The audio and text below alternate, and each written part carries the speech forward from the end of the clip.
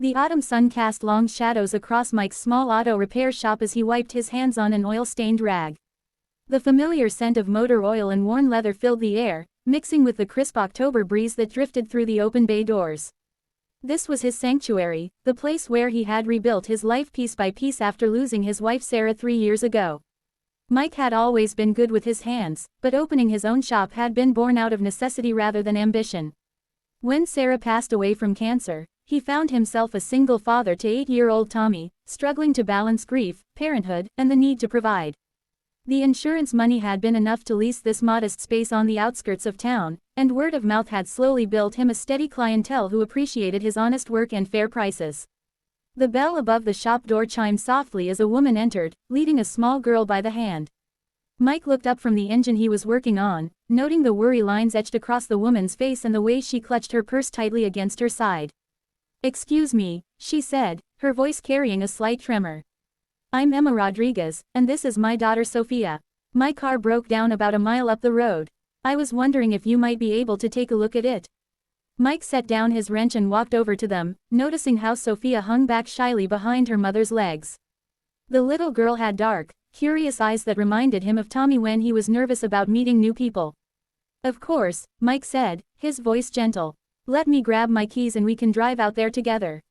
"What seems to be the problem?" Emma's shoulders sagged with relief. "It just stopped running. The engine made this terrible grinding noise and then nothing. I managed to pull over safely, but..." She paused, glancing down at Sophia. "I'm a single mom, and I don't really know much about cars. I'm honestly worried about how much this might cost." Mike saw the fear in her eyes, the same fear he had felt countless times in those early days of single parenthood when every unexpected expense felt like a potential disaster. He had been there, standing in that exact place where pride wrestles with necessity. "Let's just take a look first," he said. "No charge for the diagnosis. We'll figure out what we're dealing with before worrying about anything else." The drive to Emma's stranded car was filled with small talk. Sophia gradually warmed up, chattering about her school and her teacher, Miss Chen, who she thought was the prettiest teacher in the whole world.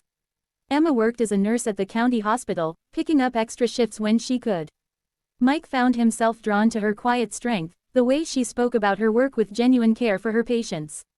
When they reached the car, a 10-year-old sedan with well-worn tires and a few dents that spoke of city parking, Mike popped the hood and immediately saw the problem. The timing belt had snapped, and from the sound Emma had described, there might be additional engine damage. He spent 20 minutes checking everything thoroughly, his practiced hands moving through the familiar motions while Emma and Sophia waited nearby.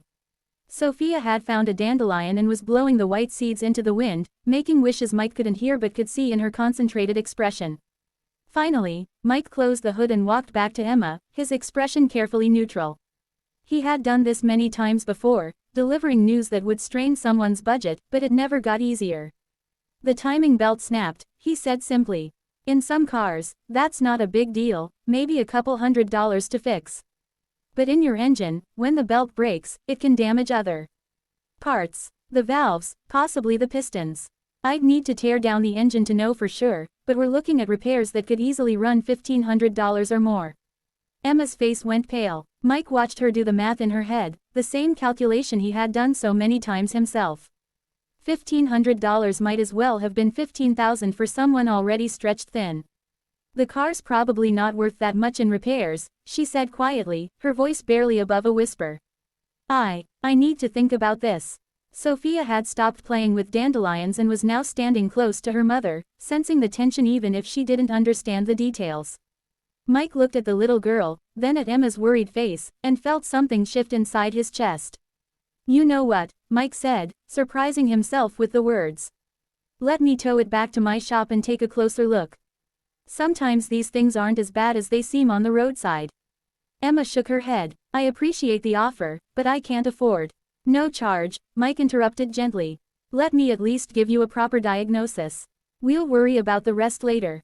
Back at the shop, Mike called his regular tow truck driver while Emma sat in the small waiting area with Sophia. The little girl had discovered the coffee table covered with well-worn automotive magazines and was flipping through them, pointing out different cars to her mother. When the car arrived an hour later, Mike spent the rest of the afternoon carefully dismantling the engine. What he found was both better and worse than he had expected. The timing belt had indeed caused significant damage, but it was the kind of damage that could be fixed with patience, skill, and a willingness to hunt for used parts rather than buying everything new. As closing time approached, Emma appeared at his side. Sophia had fallen asleep on the small couch in the waiting area, curled up under a blanket that Mike kept there for Tommy's after-school visits. "How bad is it?" Emma asked. Mike wiped his hands on his rag, considering his words carefully. "It's fixable. It'll take me most of the weekend, and I'll need to source some used parts to keep the cost down, but I can get her running again." "How much?" Mike had been thinking about this question all afternoon. The honest answer was somewhere around $1,200, even with used parts and his labor it cost.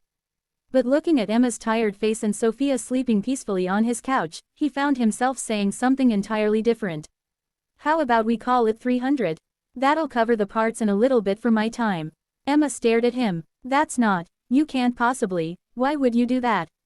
Mike looked over at Sophia, still sleeping, and felt an unexpected warmth in his chest. "Sometimes we all need a little help.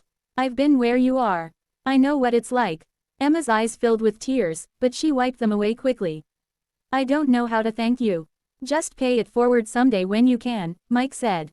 "That's thanks enough." As Emma gently woke Sophia and prepared to leave, promising to return on Monday evening to pick up the car, something unexpected happened. Sophia, still groggy from her nap, walked up to Mike and tugged on his shirt. He knelt down to her eye level. "What is it, sweetheart?" Sophia glanced back at her mother, who was gathering her purse and jacket, then leaned close to Mike's ear. Her whisper was so quiet he almost missed it. "She's my mom," Sophia said, her small hand resting on his shoulder. "Please marry her." Mike's heart stopped for a moment. He looked into Sophia's earnest face, seeing a wisdom there that seemed far older than her years. This little girl, like Tommy, had learned to navigate the world with just one parent. She had recognized something in the gentle way Mike had treated them, something that spoke to her own longing for completeness. "Sophia, what are you whispering about over there?" Emma called, but she was smiling. "Just saying thank you," Sophia replied, giving Mike a conspiratorial look that made his heart melt completely. As they left, Mike stood in the doorway of his shop, watching Emma's borrowed car disappear down the street. Sophia had waved from the back window until they were out of sight. That weekend, Mike worked on Emma's car with unusual care, taking his time with each repair, thinking about Sophia's whispered words. He found himself looking forward to Monday evening in a way he hadn't looked forward to anything in a long time. When Monday came, Emma arrived precisely at 6, just as he was closing up. The car started on the first try, purring like it had years of life left in it. "I can't believe it," Emma said, running her hand along the hood. "It sounds better than it has in months." "Sometimes all they need is a little attention," Mike said. As Emma wrote him a check for $300, Sophia appeared at his side again. "Mr. Mike," she said, "do you have any kids?" "I do. A son named Tommy. He's about your age." Sophia's face lit up. "Maybe we could have a playdate sometime. If Mom says it's okay." Mike looked at Emma, who was blushing slightly but nodding. "I think that sounds like a wonderful idea." As they prepared to leave again, Emma turned back to Mike. "I meant what I said about not knowing how to thank you. What you've done, it changes everything for us. Like I said, just pay it forward." But as Mike watched them drive away in the perfectly running car, he realized that perhaps Sophia's innocent wish might not be so impossible after all. Sometimes the best things in life happen not through grand gestures or elaborate plans, but through simple kindness, shared struggles, and the wisdom of a little girl who knew exactly what her heart wanted. The autumn sun was setting behind his shop, casting everything in a warm golden light, and for the first time in 3 years, Mike felt like the future held possibilities he hadn't dared to imagine.